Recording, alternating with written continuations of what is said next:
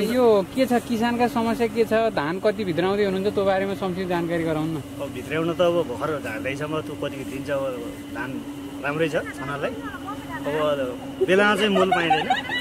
अब धानको पालो अलिक छोटो लाग्यो मोलमा बेला हाल्न नपाएर यस्तै हो। अब धान चाहिँ अब अहिले हालसाल राम्रै छ।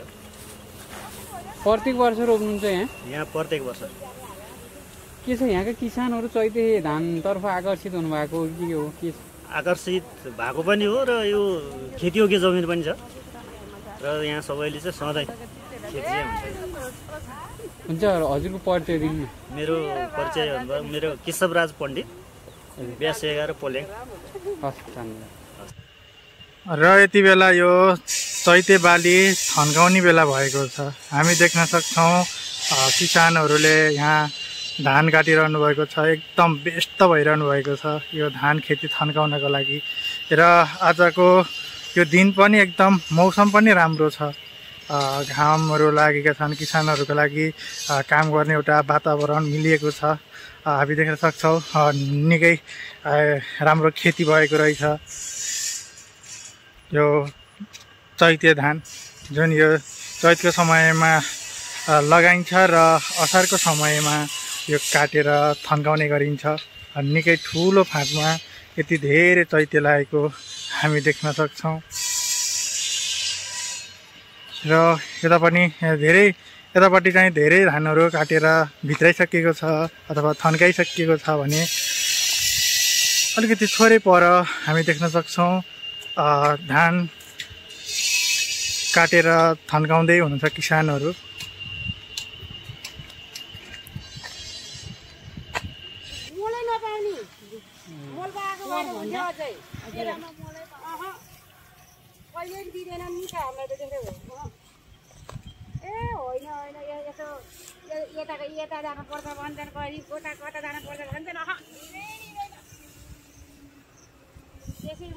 कति मोरी चैते भित्राउनुहुन्छ?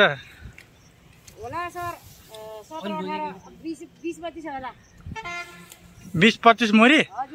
ओहो, भन्छ एकजनाले 20-25 मोरी भित्राउनुहुन्छ? हजुर 25 मुरी आउँछ होला। अनि अब 3-4 रोपनीमा त आउँछ धेरै न आउने भयो। त्यही हो सर। मोल पनि नपाउने भयो के नत्र खेती लाउँदा त मोल पाएपछि त हुन्छ होला नि। मोलै नपाउने भयो के गर्ने। अनि यो कुरा पालिकामा राख्नु भएको छैन? अझै राख्या सर।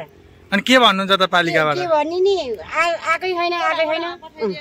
ओडामा जाऊ है तिमीहरूको त ओडामा नै दि अहिले त मोल दिन्छ भन्छन् तर हामी जाँदा त दिँदैन पाइँदैनौँ कि नत्र पाउने भए त हुन्थ्यो होला नि।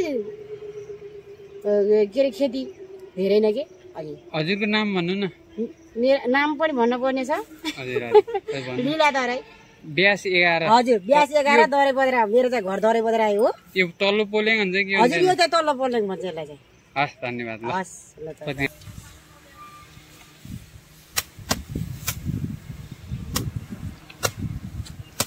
तपाईँहरूको यो एकैजनाको यो धान्नु भएको? एकैजनाको यो? अनि करिब कति मुरी जति फल्छ?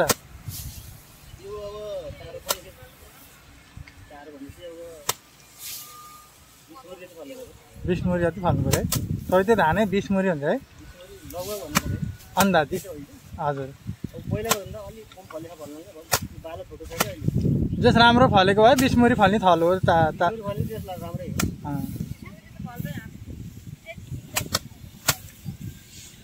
भनेपछि यो 12 मासे नै खेती हुन्छ है? 12 मासे हो।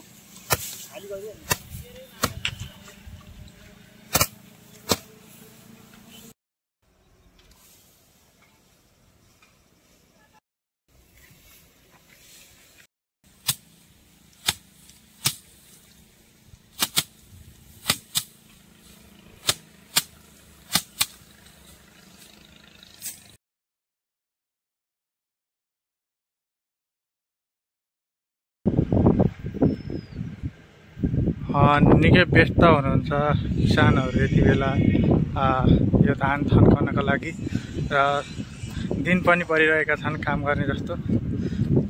हेर्नुहोस् त किसानहरू एकदम व्यस्त हुनुहुन्छ। दिन पनि यति सुन्दर दिन छ कि आकाशमा बादल अनि घाम त्यस पछाडि यहाँ काम गरेको माहौल देख्दा फेरि निकै रहर लाग्दो छ।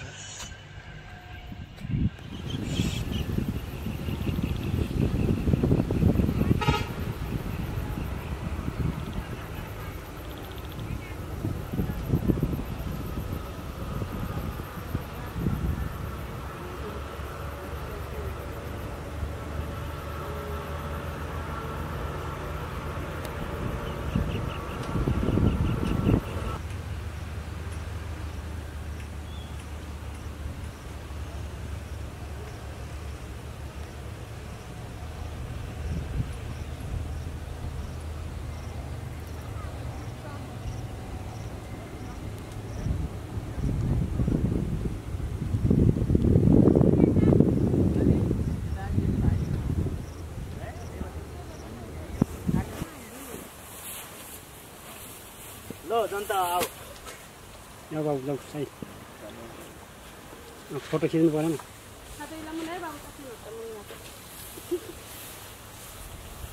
गर्मी नि कोही साह्रो है गर्मी आज त हल्का हावा त आएको भन्दा मलको समस्या हुन्छ